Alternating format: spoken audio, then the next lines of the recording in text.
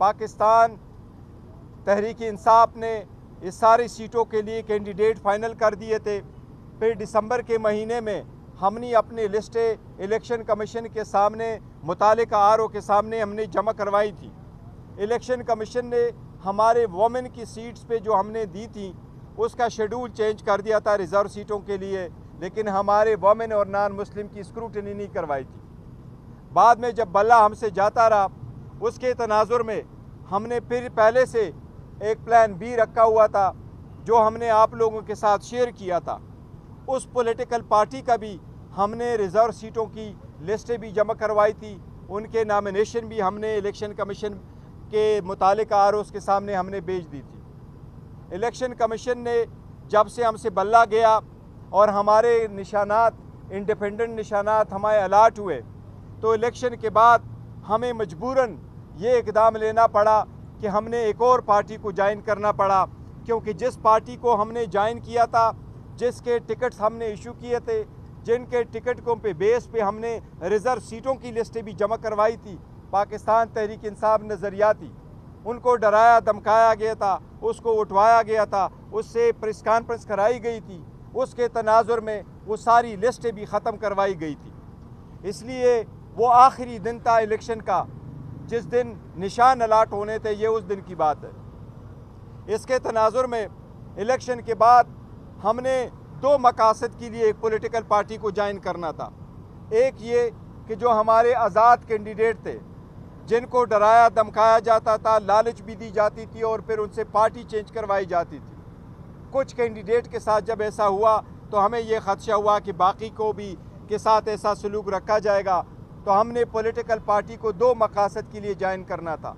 एक ये कि हमें रिज़र्व सीटें मिले, दूसरी ये कि जो हमारे इंडिपेंडेंट कैंडिडेट्स हैं उनके साथ हमें प्रोटेक्शन मिले और अब मज़ीद इसकी डिफेक्शन हमारी पार्टी से ना हो। उसके तनाजुर में हम अभी भी यकीन करते हैं कि आईन में बड़ा क्लियर है कि किसी पॉलिटिकल पार्टी को उसके जीती हुई सीटों से ज़्यादा नहीं मिल सकती। इसलिए हमने जो कि सुन्नी इत्तेहाद कौंसिल का फैसला पार्टी को ज्वाइन किया था, जो एक प्रॉपर डिसीजन था, सही डिसीजन था, सोच समझ करके हमने कर दिया था, साइन किया था। उस वक्त के जो हालात थे, उस हालात के मुनासिबत से अगर कभी मैं आपको सारे फैक्ट्स बता दूं कि क्या क्या हुआ था उस वक्त सारे पॉलिटिकल पार्टी को ज्वाइन करने के सिलसिले में और इस पार्टी को ज्वाइन करने में, सो ये एक संजीदा और बेहतरीन और सही फैसला था जो उस वक्त हमने किया था और हम उस पर अभी भी कायम हैं।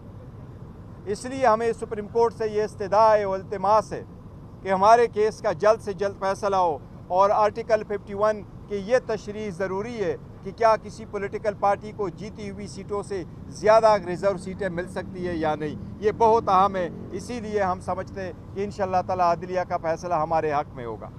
Any question?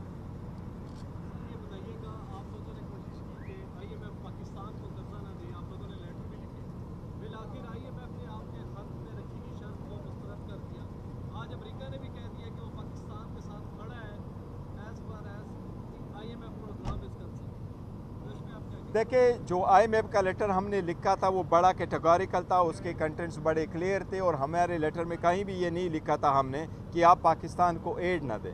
तो ये तासुर गलत है कि उस लेटर में हमने ये लिखा था कि आप एड न दें। उस लेटर में हमने लिखा था कि फ्री फेयर ट्रांसपेरेंट इलेक्शन का वादा इनको याद करवाया था, उनकी ज़िम्मेदारियाँ याद करवाई थी, उनकी कंडीशनलिटी उनको याद करवाई थी और जो एड पाकिस्तान को मिलता है उसको सही जगह पे अपने मनसब जो मसरफ़ है उसकी जगह सही उसकी अदायगी, ये हमने उनको याद करवाया था।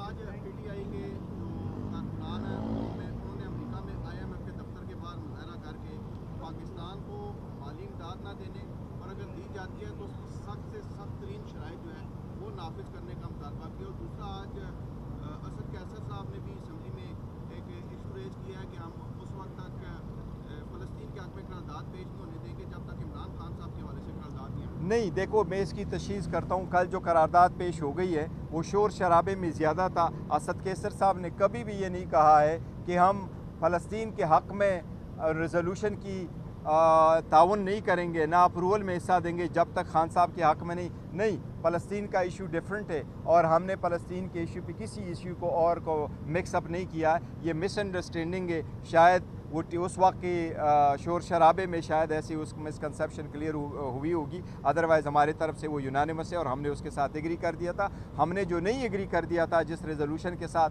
वो उससे पहले था, वो भुट्टो से रिलेटेड रेजोल्यूशन लेके आए थे। वो रेजोल्यूशन पे हमने कहा था कि ये यूनानिमस नहीं है, आपने ना रेजोल्यूशन की कापी हमें दी है, ना हमारे साथ आपने डिस्कस किया है, ना इस रेफरेंस में आपने बाकी लोगों का जिक्र किया है जो भी गलत तरीके से कन्विक्ट हुए।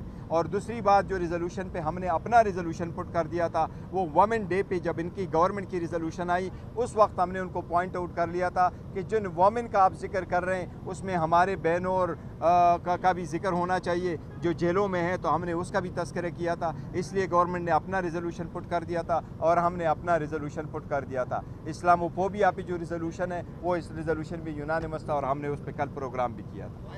IMF के बाहर जो मुजाहरा किया, देखिए, बाहर जो पाकिस्तान ओवरसीज़ वो करते हैं, पाकिस्तान तहरीक इंसाफ ने कहीं ऑर्गेनाइज़ नहीं किया है, लेकिन ओवरसीज़ अगर करते हैं तो ये उनकी अपनी मर्ज़ी है, उसके मुताबिक करते होंगे, लेकिन हमने ऑर्गेनाइज़ कोई नहीं किया है। इंतखाबात से पहले आपसे बल्ला छीन लिया गया, इंतखाबात के बाद रिजर्व सीटें आपको नहीं मिली, अब आप सेनेट की जानिब जा रहे हैं, तो क्या मुश्किलात हैं इस वक्त सेनेट के इंतखाबात को देखते हुए PTI?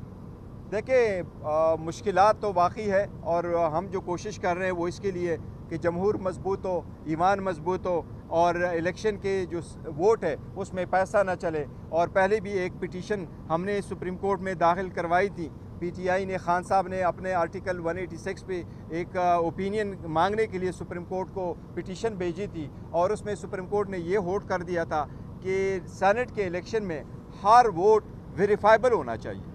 जो जिसको वोट दे के आप सीक्रेसी ज़रूर रख लें, लेकिन वोट वेरीफाइबल होना चाहिए। कल अगर कोई डिस्प्यूट होता है कि किसने किसको वोट दिया है, तो इलेक्शन कमीशन के पास ऐसा मेकैनिज़्म होना चाहिए कि ये किसका वोट किस तरफ गलत हुआ है, ताकि पैसों का रोकथाम और वोटों का ख़रीद व फरोख्त रुक जाए।